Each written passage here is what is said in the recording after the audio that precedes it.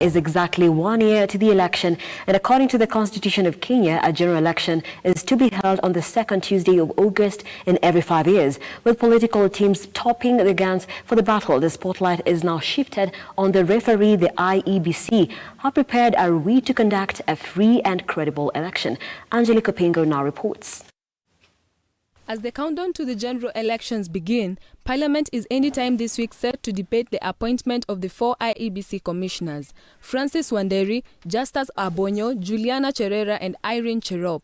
At the same time, IEBC has until close of business Monday 9th August to gazette the draft elections campaign financing Regulation 2021, which seeks to curb electoral campaign spending by aspirants.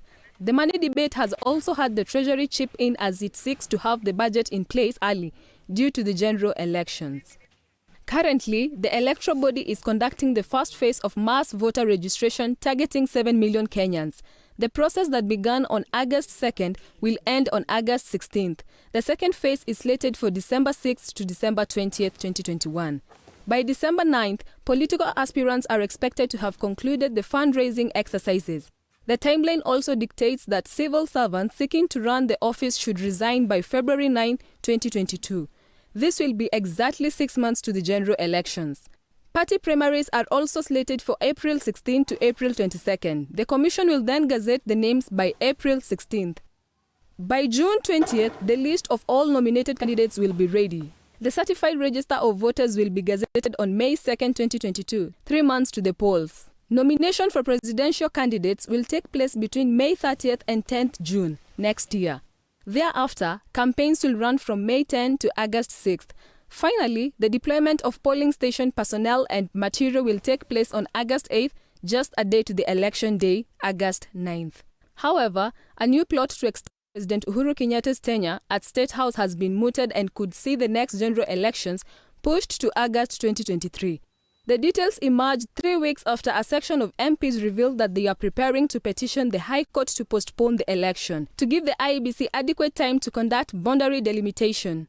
The MPs argued their move was meant to avert a constitutional crisis by going into an election with the electoral units that are illegal, referring to the 27 constituencies that did not meet the population approach but were protected in previous polls.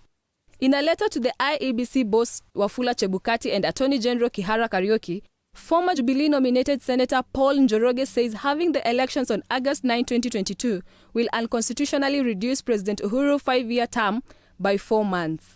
Citing Article 142 of the Constitution, Njoroge argues that the 5-year presidential term begins on the day he was sworn in. Uhuru was sworn in November 28, 2017, following protracted electioneering that saw his August 2017 victory nullified and a fresh presidential ballot held. The former lawmaker wants the Attorney General to interpret the law with regard to Article 136 and advise voters on when they will elect their 5th president. He is also demanding that the IEBC withdraw the August 9, 2022 notice and advise Kenyans accordingly. Njoroge has warned that failure to the Attorney General and IEBC to report appropriately will automatically trigger a court action to challenge the electoral timelines as announced by the IEBC team. Should the election be postponed, Uhuru will enjoy 1 more year as the head of state of the government and commander-in-chief of the Kenya Defense Forces.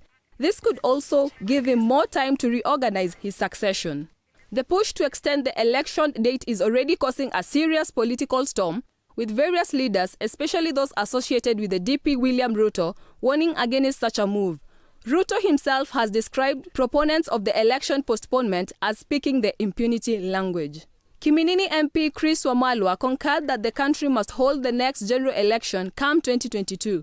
The Ford Kenya lawmaker warned that any attempt to postpone it will not be tolerated. Nairobi Senator Johnston Sakaja said, I quote, "Kenya is ripe for election next year and elected leaders must face the electorate to get their approval for another term in office." End of quote. However, statistics from the 2019 National Population Census show many constituencies across the country are way below the newly set population threshold. Angelica Pingo, Lookup TV. Thank you, Angelica Pingo.